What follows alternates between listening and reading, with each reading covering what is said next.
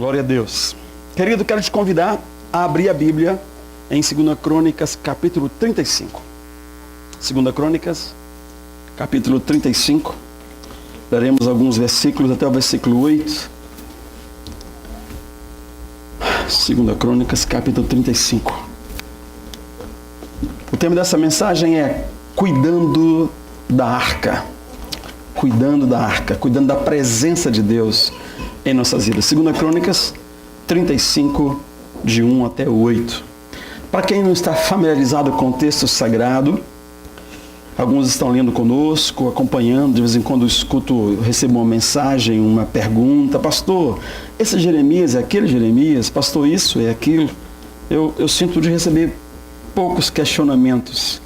Ou conhecemos muito da Bíblia, ou não estamos lendo a Bíblia. Eu espero que conheçamos muito da Bíblia e não precisamos dessa assessoria realmente, mas estamos à disposição dos irmãos para isso.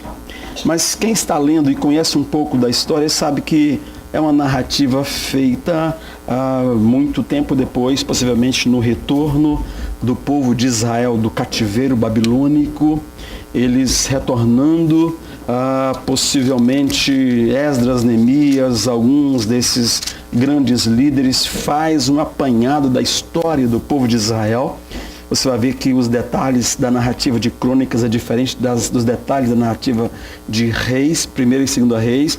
É a mesma história, mas é diferente a narrativa, o ponto de vista é diferente, a maturidade é diferente. Quem escreve era alguém já avaliando como foi aquele tempo sem Deus e voltando para Deus. E quem escreveu Reis, escreveu do ponto de vista do fato acontecendo, logo não tinha nenhum desse sentimento, né? Queria muito mais agradar o rei do que fazer uma grande descrição, por assim dizer, pensando nos cronistas do rei, e etc, etc. Mas o final de 2 Crônicas, esse é um texto maravilhoso, o texto sobre a vida de Josias, mas quando nós caminhamos 2 capítulos mais, nós vamos encontrar, um capítulo mais, nós vamos encontrar tudo aquilo se acabando, se perdendo, encerra o reinado dos filhos de Davi no reino do sul, que prevaleceu muito mais tempo que o reino do norte, e em seguida nós vemos Esdras e Neemias. Nós lemos essa semana parte de Crônicas, parte de Esdras, parte de Neemias, no retorno, 70 anos depois, do cativeiro babilônico. Dito isso, leiamos o texto, 2 Crônicas 35, de 1 a 8. Josias celebra a Páscoa. Josias celebrou a Páscoa do Senhor em Jerusalém. O cordeiro da Páscoa foi abatido no 14º dia do 1º mês, exatamente como foi com Moisés, há muitos séculos antes. Ele nomeou os sacerdotes para as suas responsabilidades e os encorajou a se dedicarem ao serviço do templo do Senhor. Ele disse aos levitas que instruíam todo Israel e haviam sido consagrados ao Senhor: ponham a arca sagrada no templo construído por Salomão, filho de Davi, rei de Israel. Vocês não precisam mais levá-la de um lado para o outro sobre os ombros. Agora, sirvam ao Senhor, o seu Deus, e a Israel, o povo dele. Preparem-se por famílias em suas divisões, de acordo com as orientações escritas por Davi, rei de Israel, e por seu filho Salomão. Fiquem no lugar santo, com um grupo de levitas para cada subdivisão das famílias do povo. Abatam os cordeiros da Páscoa, consagrem-se e preparem os cordeiros para os seus irmãos israelitas, fazendo o que o Senhor ordenou por meio de Moisés. Josias deu a todo o povo que ali estava um total de 30.000 ovelhas e cabritos para as ofertas da Páscoa, além de 3.000 bois. Tudo foi tirado dos bens pessoais do rei. Seus oficiais também contribuíram voluntariamente para o povo, para os sacerdotes e para os levitas. E ele segue com detalhes dessa contribuição. Quero orar mais uma vez. Vamos fechar os olhos. Papai, obrigado. É a tua palavra que lemos. E é o teu Espírito que pode mover-se entre nós e transformar uma história, transformar a letra, uma narrativa em vida abundante dentro de nossos corações. É o nosso desejo, Senhor. Fala conosco. nos ensina a cuidar da arca, a presença do Senhor em nós. Em nome de Jesus. Amém. Queridos, a Arca da Aliança, citado aqui no versículos que lemos, versículo 3, Josias diz aos levitas: ponham a arca sagrada no templo construído por Salomão, filho de Davi, rei de Israel. Vocês não precisam mais levá-la de um lado para o outro sobre os ombros. A Arca da Aliança era símbolo da presença de Deus no meio do seu povo e foi uma ideia do próprio Deus. Não foi uma ideia de Moisés lá no deserto. Foi Deus quem disse: Moisés, escreve, constrói para mim uma arca desse tamanho, profundidade, largura, as varas, a madeira de acácia, coberta de ouro. E foi dando os detalhes. Moisés construiu como o Senhor disse que construísse. O conteúdo dentro dessa arca não foi Moisés que inventou. As tábuas da lei, com os 10 mandamentos. Em seguida, depois de um tempo, o maná também estava dentro da arca. E também lá na frente, quando o povo se divide numa tragédia disputando espaço, ao invés de estar serviço, disputando espaço com Arão, o cajado de Arão, a vara que floresceu, também ficara por um tempo dentro da arca. E era era uma marca, era um cofre da presença sagrada de Deus no meio do teu povo. Deus queria organizar o povo dele, evitando que inventassem para si ideias, modelos e tipos de Deus. Porque nós somos mestres na arte, né, de projetar a nossa mente religiosa e aí o conteúdo profético para a revelação do Cristo lá na frente seria comprometido. E aí o nome diz tudo: Arca da Aliança, cofre da aliança. Deus, que é Deus de aliança, que não volta atrás em suas promessas, que não se arrepende de tudo que fez, de tudo que falou, de todos quantos chamou para si, quer se relacionar conosco. E a Arca da Aliança é símbolo de relacionamento com Deus, da presença de Deus no meio do seu povo. E Deus tinha razão. Olha que frase mais óbvia. Deus tinha razão. Porque você vai se lembrar que enquanto Moisés estava no alto do monte falando com o Senhor, recebendo os mandamentos, o modelo da arca, o que o povo estava fazendo cá embaixo? Inventando deuses para si. Vamos fazer o Deus que nos tirou do Egito. Como assim? Vamos fazer o Deus que nos tirou do Egito. Ou Deus nos tirou do Egito e nós vamos conhecê-lo, ou não é o Deus que nos tirou do Egito, se é nós que vamos fazer. Mas eles, não, vamos fazer.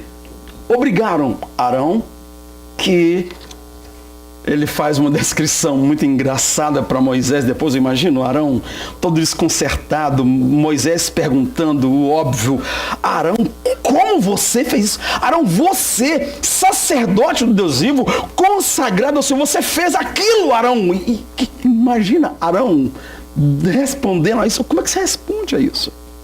Como é que você responde? É perguntar ao Noa por que ele derramou o leite no tapete. Não tem resposta. Derramou, descuidou. E Arão falou: ó Senhor, Moisés, é o seguinte, eles insistiram, me obrigaram, eu peguei o ouro, os brincos deles, pus na forma, saiu isso aí.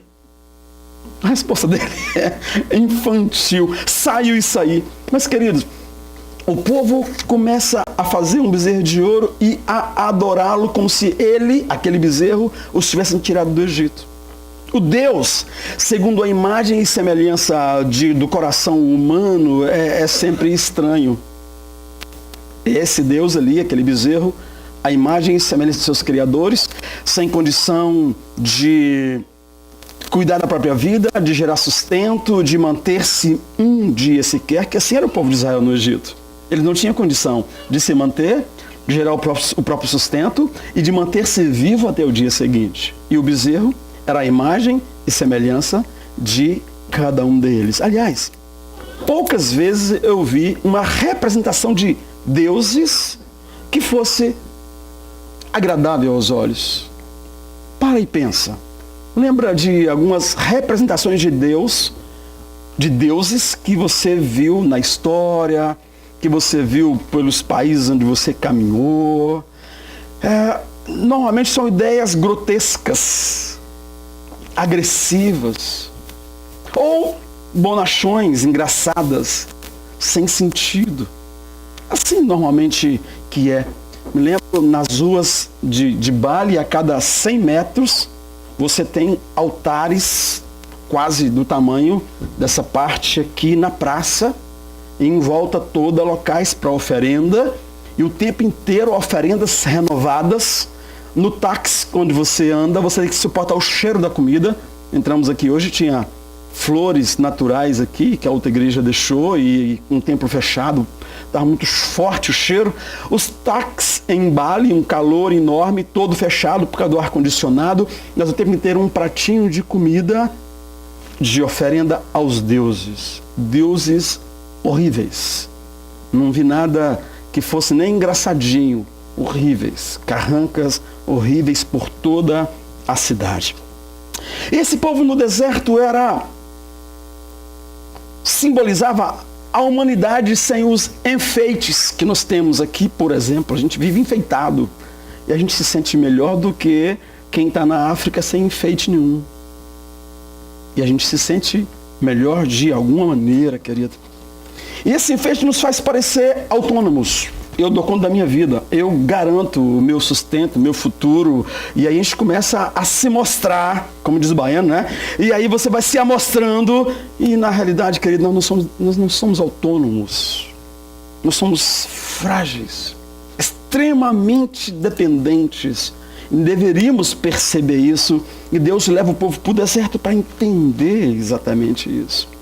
Somos dependentes de Deus, quer tenhamos onde plantar, e colher o que plantamos, quer estejamos no deserto, dependendo do maná que vai cair amanhã cedinho, e que eu preciso pegar uma porção para mim, para minha família, para caminhar aquele dia, e esperar, acreditar que no dia seguinte cairá um novo maná.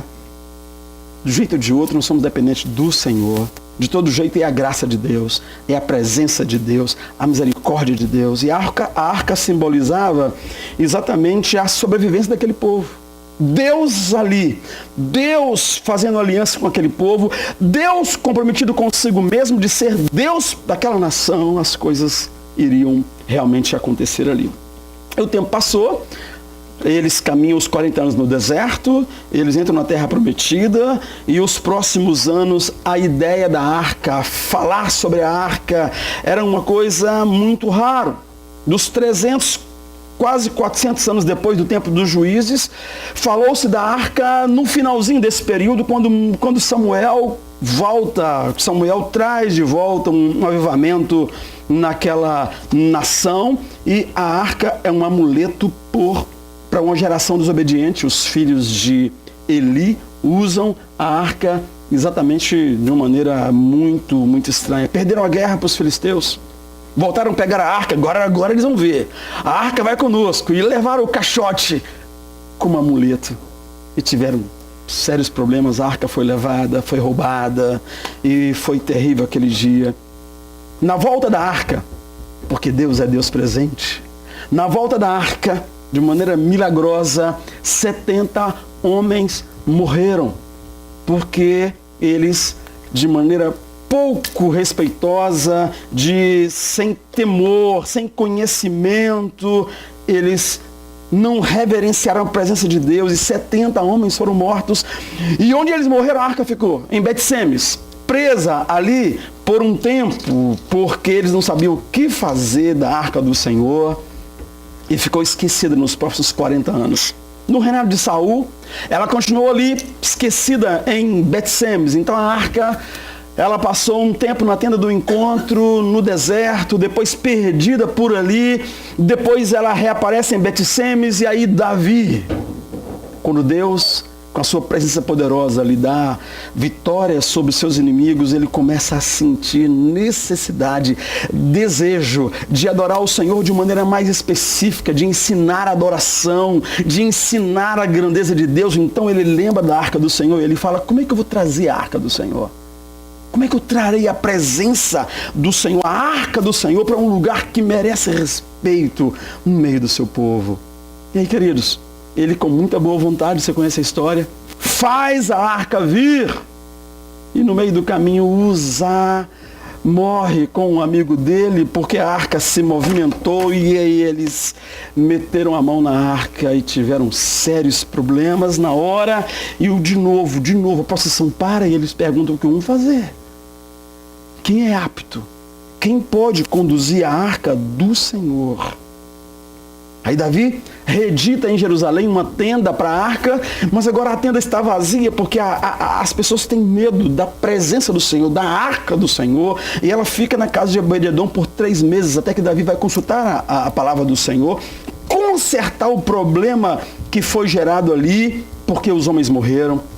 Querido, a arca não era ideia de Davi, não era ideia de Samuel, não era ideia de Moisés, era ideia do próprio Deus. Então pergunta para Deus, como é que deve conduzir, se relacionar com a presença dele, com a arca que simbolizava a aliança do Senhor. E Davi vai lá, consulta a palavra, consulta o Senhor. Depois de tudo resolvido, trouxeram a arca, coloca na tenda que Davi havia previamente preparado para ela, e Davi organizou um sistema de adoração fantástico. 24 horas sobre 24 horas, e nunca tinha o problema que nós temos hoje. Você cantar sem baterista o tempo inteiro, 24 horas, o baterista estava lá, e 1000 instrumentos, e inventando instrumentos, e multiplicando instrumentos, e agora tinha uma fábrica de instrumento ali, e tinha uma escola de música ali, e tinha alguém ali que sabia afinar a garganta do povo, porque tinha que ser tudo com muita excelência, homens responsáveis. A liturgia mantinha o foco na adoração. E era uma coisa maravilhosa naquele tempo. Asaf, o grande cantor, o grande compositor, o grande musicista, amigo de Davi, Obed-edom, o homem que experimentou a presença de Deus na casa dele por 3 meses, e a casa dele prosperou de uma maneira maravilhosa. Ninguém consegue explicar a prosperidade de gerações daquele homem por causa da presença do Senhor naqueles dias. 3 meses apenas na casa dele. E aí Obed-edom e Asaf eram responsáveis para organizar essas coisas.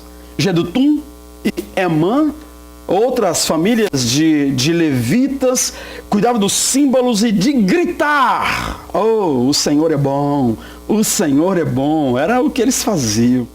E aí, depois desse tempo, aqui na tenda de Jerusalém, Davi olha de lado e vê que a tenda está veinha, que a lona está meio rasgadinha, parecida com nossas janelas ali, né? Que está assim, precisando de uma reforminha.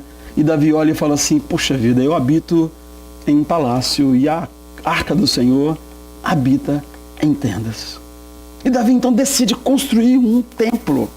E o Senhor fala: não, você é um homem de guerra, de mãos sangrentas, de mãos sujas de sangue, apesar do coração, que é segundo o meu coração, mas não dá para misturar essas coisas. Você não construirá, mas o seu filho fará o grande desejo do seu coração. E aí, alguns anos mais tarde, durou 40 anos o reinado de Davi, aparece o rei Salomão e cumpre o desejo do coração do pai, e ele constrói um templo em Jerusalém para que o cofre da presença do Senhor, a arca da aliança, estaria ali. O sucessor, não Davi, mas Salomão, construiu o templo. Bom,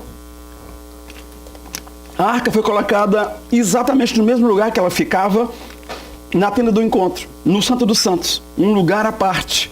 Tinha o pátio, tinha o lugar santo, onde ficavam os sacerdotes. Lá fora ficariam os estrangeiros e as mulheres. É assim que era. Os sacerdotes ficavam aqui dentro e aqui fora ficava o Santo dos Santos, onde uma vez por ano o sacerdote entrava para adorar o Senhor e para oferecer sacrifício e para que o Senhor aceitasse o sacrifício que fora ofertado. E esse lugar era luxuosíssimo. Agora é interessante que esse luxo todo nunca foi necessidade, desejo, pedido de Deus. Tem muito a ver com o fato daquela nação agora ser o top do mundo. E aí eles não iriam Foi Davi que olhou de lado e falou: poxa vida, eu moro no palácio e a arca do Senhor habita em tendas. Agora Davi começa a imaginar: se a minha casa é desse tamanho, a casa do Senhor tem que ser. E aí o Senhor fala: eu não habito em templo feito por mãos humanas. Se é de ouro, se é de madeira, não é essa a questão. A questão é como você lida com a presença do Senhor. E esse templo durou até o ano 586. Não que a presença do Senhor estivesse ali o tempo inteiro. Não que a arca estivesse ali o tempo inteiro. Entre Davi, que adorava o Senhor com o coração tão entregue, e Josias, o último grande avivamento que teve no povo de Israel, a arca do Senhor ficou muito tempo no templo, mas ficou muito tempo fora do templo. Às vezes escondida, às vezes esquecida, às vezes tratada literalmente como lixo. Às vezes chegaram, entravam, tiravam a arca e colocavam no mesmo lugar alguma coisa que simbolizasse Baal, porque eles decidiram que agora adoravam Baal. A carranca que tinha lá em Bali, possivelmente algumas delas parecidas com elas, estiveram no mesmo lugar. Mas por que a glória de Deus não queimou todo mundo? Porque eles não estavam se importando com Deus. Naquele momento era só um caixote de madeira coberto de ouro. A presença de Deus já estava longe dali há muito tempo. E aí era realmente um amuleto, como foi para os filhos de Eli, que eles foram para a batalha e voltaram derrotados porque levaram um caixote, não levaram a presença de Deus naquele dia consigo. No ano 586, ela deveria ter possivelmente está no templo quando Nabucodonosor entra com o seu exército, mas sabemos que não estava, porque a cidade ficou cercada há muito tempo. E assim como Josias fala que os levitas não precisavam mais carregar a arca nos ombros, significava que eles tinham agora o hábito de, para protegê-la, tirá-la do Santo dos Santos e levá-la para algum cofre do banco, sei lá onde. Mas ela não ficava ali. Mas Josias vem, reforma o templo, renova a segurança, traz de volta todo o aparato do templo e fala para ele: vocês não precisam mais ficar para lá e para cá com a arca, porque esse é o lugar de adoração. E ele restaura realmente a adoração em Jerusalém. Josias, o último grande rei de Israel, não que foi o último grande rei de Israel. A partir dali, a bancarrota não dava mais para ser disfarçada. Homem irrepreensível, jovem audacioso, que busca o Senhor. Foi colocado para reinar com 8 anos de idade, mas aos 16 anos de idade ele já tinha consciência de que tinha que buscar Deus, que tinha que mudar a história daquela nação.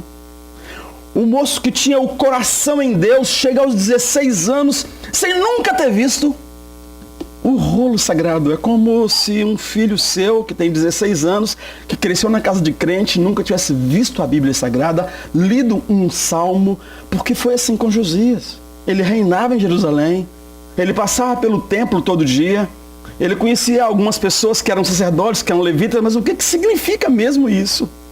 Aos 16 anos, aquele moço tem uma experiência com Deus e aí ele manda: vamos limpar isso aqui, gente. Isso aqui é o templo do nosso Deus, entre tantos deuses que eu estou vendo, esse é o Deus de Israel? Esse é o Deus de Israel que nos tirou do Egito. Então está tudo errado. Vamos organizar essa bagunça. E eles limparam o templo, organizaram o templo. E na limpeza do templo, sabe o que eles acharam? Antes da arca, o livro sagrado. O tal rolo que explicava como é que era, como é que devia ser, quem é o Senhor, o que aconteceu, a história deles, a origem deles, a herança do legado espiritual. E quando ele lê, ele fica maluco. E ele fala: tá realmente tudo errado, a impressão que eu tinha, agora a verdade, nós temos que mudar tudo. Ele começa a mudar tudo, irmãos. Ele coloca o coração dele para mudar tudo. O livro da lei foi encontrado, a Páscoa foi reeditada. Ele nunca tinha comemorado a Páscoa na vida dele.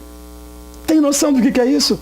Ele é o rei de Israel, ele é o representante dessa herança espiritual, e ele nunca tinha comemorado a Páscoa na vida dele. O seu pai era o sujeito mais perverso que você pode imaginar. E apesar disso, ele se posiciona desde criança na presença do Senhor e vem conhecendo a presença do Senhor e buscando a presença do Senhor até chegar a reeditar a Páscoa. E nunca, desde o tempo dos juízes, houve uma Páscoa tão linda quanto aquela. Nem na época de Salomão, nem na época de Davi. O que esse menino faz com o coração voltado para o Senhor, ele que estava trazendo o povo de Deus para o primeiro amor. E Jeremias devia estar por ali. Ele começa a pregar alguns anos depois, mas devia estar por ali, no meio do no meio do reinado de Josias, é que Jeremias começa a pregar. E quem sabe ele pensou assim, gente, será que aquilo que eu pensei, que foi Deus me falando, que o povo vai para o cativeiro, que não tem mais jeito com esse povo, será que estou enganado? Será que, por causa de Josias, esse povo pode realmente voltar-se de coração a Deus? Será que depois dessa Páscoa tão bem preparada, com tanta fartura, com tanta graça de Deus, será que o tal cativeiro que eu sonhei, que eu vi, que Deus me falou, será adiado ou será cancelado? Jeremias esteve olhando para Josias, para aquela Páscoa, um alento no coração. O nome Josias significa Javé sustenta. E houve assim em Judá, renovação da aliança com Deus, centralização da adoração de novo no templo, que esse era um grande problema para o coração daquele povo. O rei Josias celebra a maior Páscoa desde o tempo dos juízes.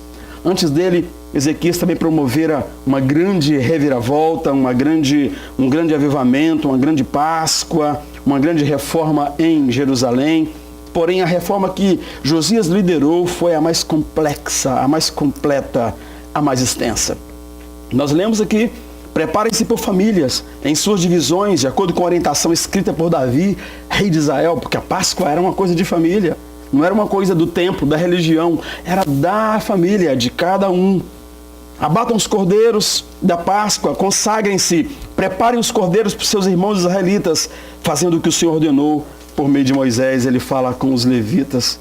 Mas apesar de tudo isso, queridos, apesar de tudo isso, o profeta Jeremias deixou claro que essas reformas foram apenas superficiais e temporárias.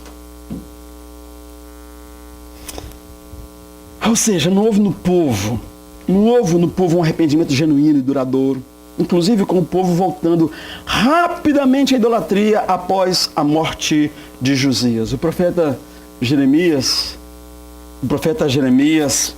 também demonstrou apreço quando escreveu sobre a justiça durante o reinado de Josias, mas foi durante a vida do rei, e depois que ele morreu. Nos anos seguintes foram apostasia, foram vergonha. Tudo acabou sob os domínios da Babilônia e o inevitável cativeiro apregoado por Jeremias por 30 anos aconteceu. Desde meados do reinado de Josias, ele pregou o mesmo sermão. Arrependei-vos ou o cativeiro virá.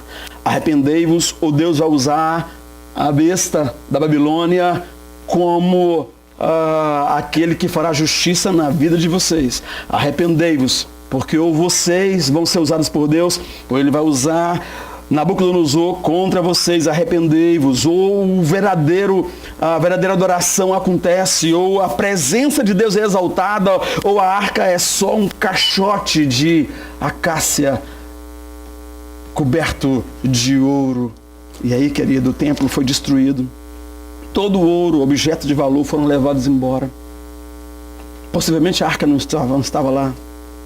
Alguns sacerdotes, levitas, zelosos, tiraram, esconderam. Não sabemos muito sobre isso. A última vez que a arca aparece é aqui. Daí para lá, Steven Spielberg, né? Fica fantasiando onde é que ela está. Indiana Jones fica procurando. E as pessoas ficam imaginando onde é que está a arca do Senhor. No livro seguinte, Neemias e Esdras, eles reconstroem a nação, reconstroem o templo, reconstroem a cidade de Jerusalém sem a presença da arca. Agora eles já têm que amadurecer em relação à presença de Deus. A obediência, o envolvimento tem que ser muito mais no que vai ser lá no Novo Testamento, na relação com Deus, no coração. Neemias e Esdras não tiveram o privilégio da arca consigo. O local a lembrança, mas a arca não mais. Neemias reconstrói os muros, que guardava as pessoas ali dentro, que guardava a cidade, que guardava o templo, mas não mais a arca. Esdras reconstrói o templo, que tinha uma organização parecida com a tenda, parecida com o primeiro templo, apesar de ser muito pobre, mas não mais. Queridos, tinha tanto ouro, tanta riqueza no templo de Salomão, que era impossível contabilizar. E agora, voltando da Babilônia, eles contabilizaram 5.000 peças. Contaram até dente de sacerdote jogado fora. Contaram até um brinco amarelo de cobre para ver se juntava alguma coisa. 5.000 pecinhas, panela, tinha candelabro, umas coisinhas, uns restos de toda a riqueza que foi e ficou por lá. Querido, na realidade, os filhos de Eli usaram a arca como amuleto. Eu quero pensar em 2 reis para a gente aplicar esta ministração nos nossos corações. A questão é que cuidar da arca, o tema dessa ministração, é cuidar da presença de Deus em nosso meio. Isso é uma questão pública, isso é uma questão familiar, isso é uma questão pessoal. Isso é questão para cada um de nós pensarmos. Bom, eu quero tirar 2 exemplos que são muito sutis de homens que se importaram com cuidar da arca, se importaram com a presença de Deus, mas não cuidaram de maneira completa. E nós podemos cair nesse erro, porque nas nossas pequenas brechas, o diabo entra e põe uma alavanca e destrói tudo. Destrói tudo. Exatamente quando a restauração, exatamente como o avivamento está chegando nas nossas vidas, algumas coisas podem adiar aquele avivamento, adiar aquele poder de Deus, a graça de Deus por mais 100, 200, 300 anos.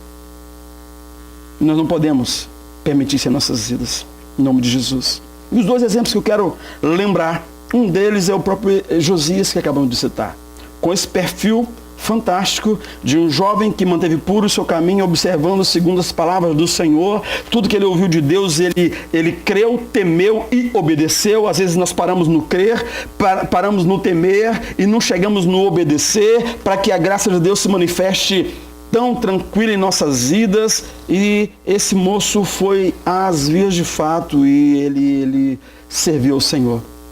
Mas acontece que ele morre de forma trágica, desnecessária e antes da hora, dentro do que Deus estava fazendo na vida daquela nação. O que acontece? A morte de Josias ocorreu dessa forma, essa tragédia. No ano 609, a Batalha de Megido. Acontece que os assírios estavam em guerra com os babilônios. E Faraó Neco II, rei do Egito, junta-se ao rei da Síria e vai lutar contra o rei da Babilônia. O meu amigo Josias, homem tão especial, um líder espiritual tão abençoado, vai se meter no que não era da conta dele. E ele decide apoiar o rei da Babilônia contra a Síria e o Egito, os sírios e o Egito, como se a Síria e o Egito como se fosse a Babilônia ou alguma aliança que pudesse sustentá-los. Foi Deus que sustentou até ali. Foi Deus que lhe deu vitória. Foi o temor de Deus, foi a consciência da presença de Deus, de buscar a Deus, que dera vitória ao povo de Israel, ao povo de Judá até aquela ocasião. E então ele baixa a guarda ali e ele se mete naquela guerra. E vem um homem com voz de Deus, com voz profética, que fala: não se meta aqui, não é contra você, você não é nosso inimigo, por favor, se afaste. Nosso problema é com o rei da Babilônia, fica longe disto. Ele não ouviu, ele morreu naquela guerra, e tudo que ele conquistou foi para o ralo, e o filho dele reinou apenas há poucos meses e o neto foi um fiasco e o Egito entrou depois da Babilônia até que tudo acabou. De forma imprudente, queridos, insensata. O rei Josias considerou as manobras do rei do Egito como ameaça para si. O que acontece aí fora não te ameaça. Se você está dentro da vontade de Deus, creia nisso. Não se assombre com o que está acontecendo por aí. 1000 cairão para lá, para cá, ao meio-dia passa uma tempestade, passa um demônio, passa o que for, querido. Você está buscando o Senhor, está dentro da vontade de Deus como Jesus estava, relaxa. Veja o milagre que Deus vai realizar, porque Ele vai realizar. Mas ele que cuidou da presença de Deus foi inconsequente. Entra nessa briga que não era dele, e aí ele teve lá um problema. Ele achava que era super-homem naquele momento. Ele queria resolver tudo do jeito dele, na hora dele, em tempo recorde. E a vida não funciona assim. Não é verdade? Deus não vai atrás resolvendo problemas que criamos com nossos vizinhos, como Ele criou, com os amigos, com a família, como se de fato, o fato de sermos servos nos privasse dos problemas do dia a dia ou das questões sociais. Então eu queria que a gente pensasse nisso. O outro exemplo é Josafá. Josafá foi o grande rei, maravilhoso rei. Ele coordena 2 grandes avivamentos em Jerusalém, que foi maravilhoso, a maneira como ele gerou uma escola bíblica, uma escola da Torá, e o povo ia recebendo os professores nas suas cidades. Ele foi multiplicando aquilo, foi um negócio maravilhoso, 1 vez e 2 vezes, e ele cuidava tão bem da presença de Deus, que um dia que os inimigos cercaram, ele percebeu que não tinha o que fazer, ele vai orar, ele vai clamar ao Senhor, e vai se humilhar, e Deus então faz com que os 3 inimigos, que na realidade eram parentes, os filhos de Amon, os filhos de Moabe e os habitantes lá das montanhas de Seir, que na realidade eram os primos, né? Edomitas, se levantaram contra ele. Ele disse: Senhor, eu não tenho o que fazer. Eu saberia se viesse lá de longe o rei da Babilônia, se viesse lá de longe o rei da Síria, mas os meus vizinhos, os primos, que o Senhor não nos deixou atacá-los quando chegamos, porque eram parentes, e agora o que eu faço, Senhor? O Senhor disse: calma, você não tem que brigar, porque se você brigar, eu não tenho espaço, mas se você não brigar, eu brigo por você. E aí, queridos, já que não vou brigar, vamos adorar. E eles colocaram a turma na frente, adorando o Senhor, né? E sempre na frente vai a turma do louvor mesmo, se vira. Então, se desse errado e as festas começassem a chegar, né? Era na turma do louvor. E a turma do louvor na frente adorando, servindo ao Senhor com os seus instrumentos, adorando o Senhor. E aí eles iam por campo de batalha. E quando eles chegaram lá, queridos, que subiram a montanha, que olharam, só tinha mortos. Os amonitas começaram a atacar os moabitas, e depois que eles já não tinham mais como se atacar, atacaram os das montanhas de Seir, os edomitas, e o texto fala que não sobrou ninguém. Daquela batalha, eles não tiveram que matar ninguém, que gastar energia nenhuma a não ser na adoração, porque esse é o rei Josafá, um bom rei. Mas o texto sagrado fala, aí no capítulo 21, que nós lemos aqui esses dias em 2 Crônicas, que ele, com toda essa preocupação com a presença de Deus, ainda se preocupa com a família de tal forma que ele, que tinha um tanto de menino, ele faz o que Abraão fez em relação a Isaac.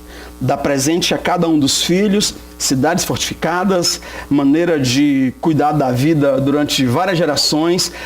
E o filho mais velho, o filho escolhido, Jeorão, ele deu o trono de Israel, o trono de Judá. Mas aquele menino, queridos, tinha um mau caráter, uma alma insatisfeita. Primeira atitude dele: matou todos os irmãos de sangue e todos os líderes de Israel que porventura viesse a ser ameaça para ele. Na cabeça confusa que ele tinha, ele matou todos por seu ego inseguro. E a pergunta que eu faço é: de onde vem esse caráter maligno, essa atitude vergonhosa desse menino, queridos? Seu pai foi um modelo contrário. Mas apesar do bom coração do seu pai, ele tinha a tendência de firmar aliança com gente ruim.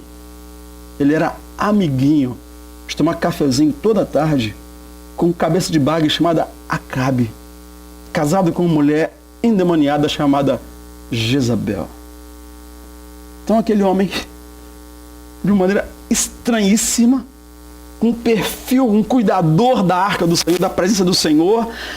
Ele gastava o tempo livre dele na casa de Acabe e Jezabel. E nessa brincadeira, ele pega o filho mais velho e casa-se com a filha de Jezabel. E aí ele traz para casa os demônios da sogra, e essa menina devia mandar nele como a mãe mandava no pai lá. E esse negócio foi complicando, e ele matou os seus irmãos, porque era a prática de Jezabel. Jezabel tinha esse hábito. Ela tentou matar Elias, ela matou muitos profetas, ela matava todos aqueles que ameaçavam. Ela matou o vizinho que não quis vender a vinha para o maridinho dela. O menino deu uma crise, um pitizinho, porque ele queria a vinha e o moço não vendeu, porque era da família. Se preocupa não, ela falou, matou o cara e deu a vinha para o marido dela. Então é essa mulher, é essa amizade, é com esse povo que Josafá vai fazer aliança. E quem influencia a vida desse menino é muito mais essa sogra, esse sogro, essa família do que eles próprios, do que ele próprio. O profeta Elias, que pregoava em altos brados do lado de lá, não influenciou nada a vida daquele menino. A influência veio da desgraceira, daquela aliança que ele fez para si, para sua família, onde deixou o filho dele encostar, onde deixou a família se envolver. E esse negócio, querido, é muito sério. E por causa da aliança que havia feito com Davi, o texto fala isso. Por causa da aliança que havia feito com Davi, o Senhor não destruiu a dinastia de Davi naquele momento, com aquele menino, aquele casado com aquela família, envolvido daquela maneira, fazendo aliança daquele jeito, porque Deus é Deus de aliança, é o Deus da arca da aliança. Mas houve rebelião de um lado, houve hostilidade de outro lado, ataques contínuos, e aquele menino teve uma doença incurável no estômago, incurável, e aquele trem foi agravando, daqui a pouco o estômago dele, alguns anos depois, pulou para fora. Ele morre naquela doença terrível. E ele foi... o povo teve a oportunidade de demonstrar o quão insatisfeito estava com aquele rei. E não houve queima de fogos, não houve o que havia, o ritual com os reis, por causa da maneira como aquele sujeito viveu.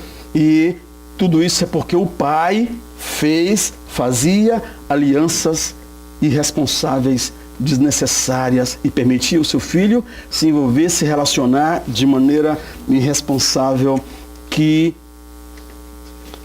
onde as pessoas não tinham nenhum comprometimento com a presença de Deus. Então, querido, o importante é que a bênção do Senhor nos satisfaça. Sejamos gratos por cada dia, escolhendo que aliança fazer. Nossos relacionamentos precisam ser intencionais. A aliança nós já temos com Deus. Relacionamento intencional.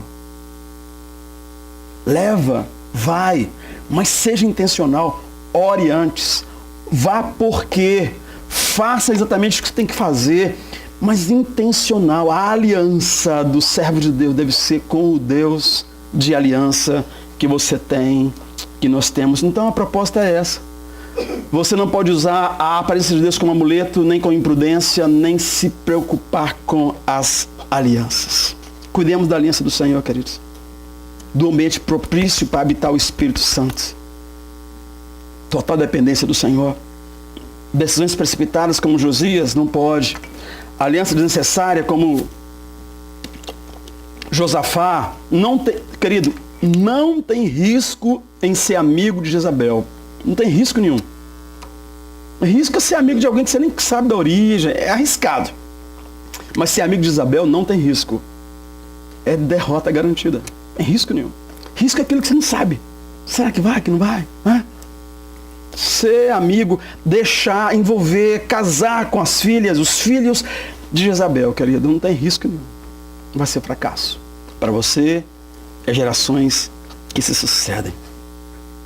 A graça de Deus em nós, a presença do Espírito Santo em nós, estão aqui mais do que nunca. Nós temos o Espírito Santo morando dentro de nós. A graça de Deus, sua presença, sua palavra, o que Josias demorou 16 anos para conhecer, você conhece, seu filho já conhece. Adoramos a Deus de coração, mas cuidemos de nossas escolhas. Nós somos o povo de Deus, mas cuidemos da presença dele entre nós. Nós temos o Espírito Santo, mas nós precisamos de cuidar das alianças. O que é que o Espírito Santo ou o Novo Testamento fala sobre isso? Nós vemos no Novo Testamento que Jesus é a arca. Todo o conteúdo da arca, todo o significado está em Jesus. E você o tem morando dentro de si. Então a arca desapareceu por aí porque era só madeira e ouro. Mas a presença de Deus, Jesus Cristo, está dentro de você, queridos. E a presença de Deus precisa ser cultivada com esse carinho, atentando para os detalhes e para as alianças que fazemos. O Senhor Jesus nos pergunta: o que adianta ganhar o mundo inteiro e perder a sua alma? O que adianta você ir lutar a favor disso ou daquilo? O que adianta você ser amigo de Acabe, de Jezabel e perder a sua alma? E ele nos afirma que quem tropeça num detalhe da lei, tropeça em toda a lei, ou seja, nós dependemos dele. Porque a lei, dentro dentro da arca da aliança, os 10 mandamentos, estavam ali exatamente apontando para a necessidade que nós temos que depender dele, porque sozinhos nós jamais faremos esse relacionamento acontecer. E ele faz isso em nós, através de Jesus. Nós não podemos também viver na ansiedade ou no medo. Deus não é aquele carrancudo lá dos malucos que inventam os próprios deuses. Não. Ele disse: não andeis ansiosos por coisa alguma. Principalmente da relação com ele, porque ele abriu o caminho. O sangue de Jesus abriu o caminho que leva até o Santo dos Santos, e a presença da arca hoje é real. Você tem a arca para si. Você precisa de cuidar dela, porque o Espírito Santo, o Senhor Jesus, o Deus Trino que nós cantamos aqui, ele é presente. Tão grande é o Deus presente na sua vida, meu irmão. Tão grande é Deus que tem aliança com você, sem ansiedade, sem medo. O que vai acontecer? Como é que eu vou comer? Como é que vai ser? Não tenha ansiedade. Mas sobretudo, Jesus é a presença de Deus. Quem vê a mim, vê o Pai. É isso que o Novo Testamento fala. Para nós, para você e para mim. Que adianta um homem ganhar o mundo inteiro e perder a sua alma. Se a Arca da Aliança era o local do encontro de Deus com os homens, se a Arca da Aliança, o texto fala isso, lá em Levítico, em Deuteronômio, a Arca da Aliança, Moisés, nesse local, eu vou me encontrar com você. Eu venho me encontrar com os homens, trazendo vida à letra que aponta nossos pecados. Então Deus vem e na presença dele, Isaías não morre quando o encontra, Moisés não morre quando vê a sarça ardendo, e cada um que chega diante desse Deus tremendo, maravilhoso, não morre, apesar das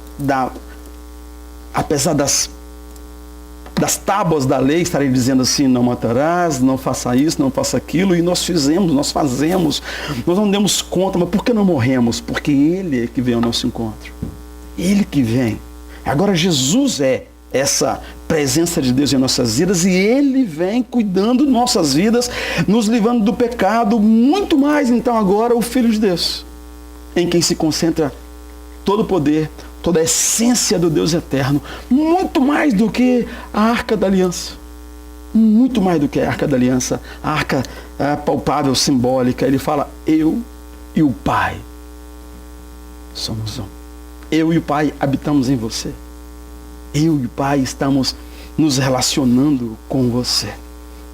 Nunca a Arca foi mais marcante do que na ressurreição. Na ressurreição, nesses dias tivemos uma aula linda sobre isso.